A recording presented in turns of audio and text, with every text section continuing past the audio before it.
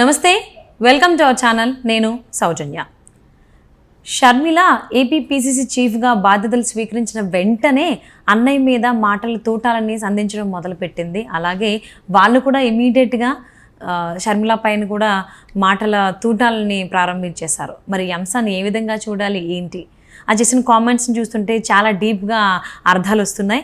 మరి ఈ అంశానికి సంబంధించి మనతో మాట్లాడడానికి, వారి విశ్లేషణని మనతో పంచుకోవడానికి ఈరోజు మనతో పాటు ఉన్నారు సీనియర్ జర్నలిస్ట్ డివిఎస్ గారు ఉన్నారు. వారితో మాట్లాడదాం. నమస్తే అండి. నమస్తే.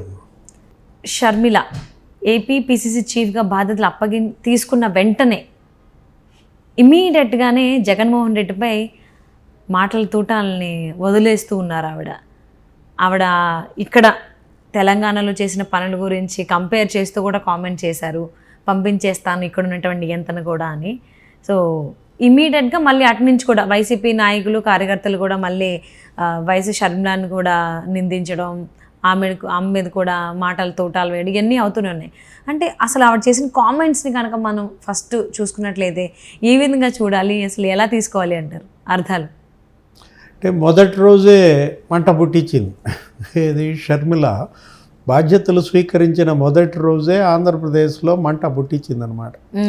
షర్మిల మంట పుట్టిస్తే మరి బొబ్బలకేది ఎవరికి? వాళ్ళ అన్నయ్యకే.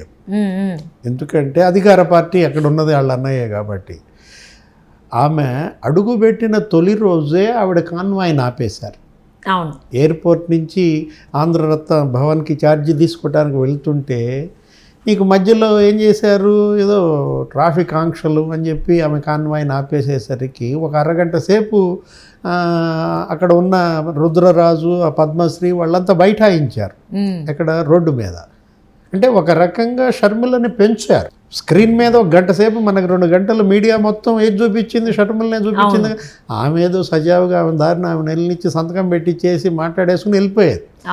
అది కాకుండా ఏ తప్పులైతే కేసీఆర్ తెలంగాణలో షర్మిల పట్ల చేశాడో అదే తప్పుల్ని జగన్మోహన్ రెడ్డి కూడా మొదటి రోజే చేశాడు. ఓకే. అంటే ఆడపిల్ల ఉసురు తగిలితే చాలా గట్టిగా తగులుతుంది అంటారు. సో దాని ప్రకారమే ఇక్కడ కేసీఆర్ ఇంట్లో కూర్చున్నారు. సో అక్కడ కూడా ఆయన తగిలించుకుంటున్నారు కాబట్టి జగన్మోహన్ రెడ్డి ఆయన కూడా ఇంట్లో కూర్చునేటువంటి అవకాశాలు ఉన్నాయనుకోవచ్చా, లేకపోతే ఇట్స్ ఎ గేమ్ ప్లానా? ఆమె అన్నది కూడా అంది కదా. ఏమిటి ఆమె ప్రెస్ మీట్లో ఏముంది?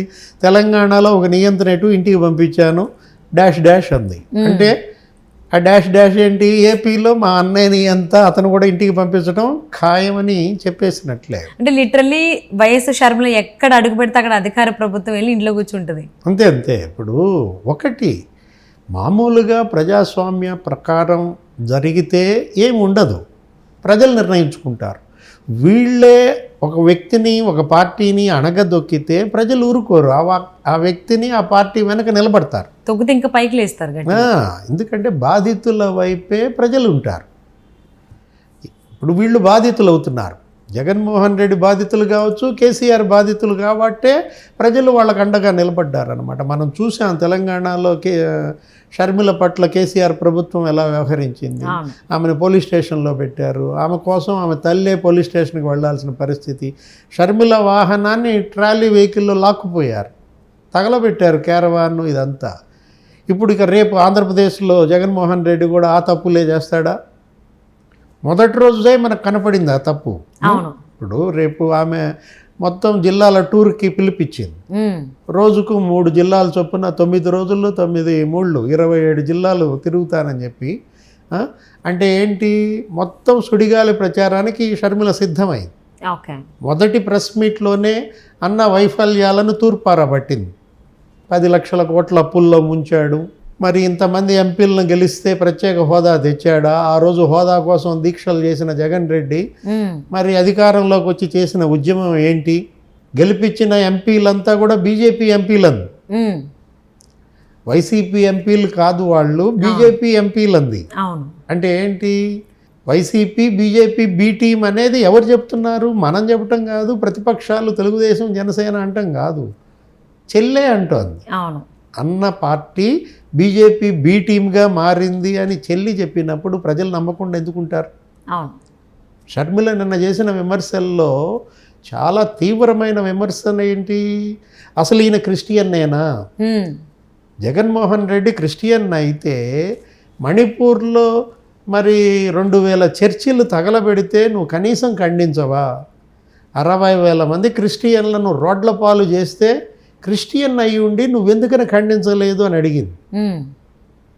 మనం గతంలో ఢిల్లీలో కాంగ్రెస్ కండువా కప్పుకున్నప్పుడు అదే మాట మాట్లాడింది.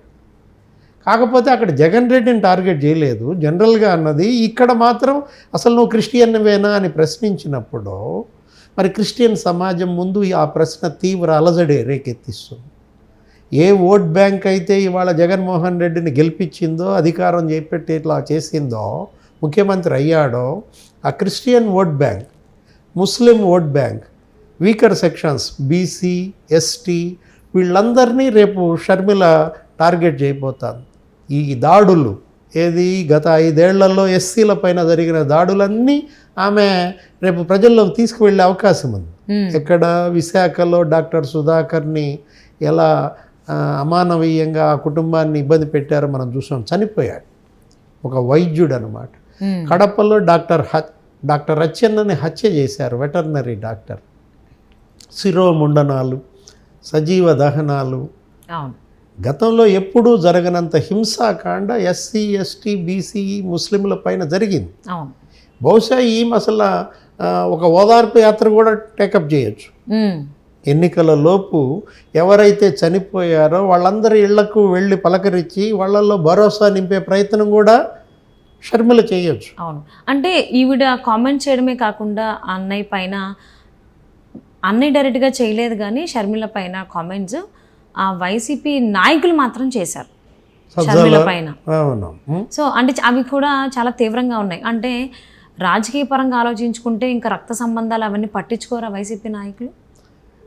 అది దారుణం. నిజంగా రాజశేఖర రెడ్డి కనుక బతికుంటే వీళ్ళంతా తేల్చేవాడు.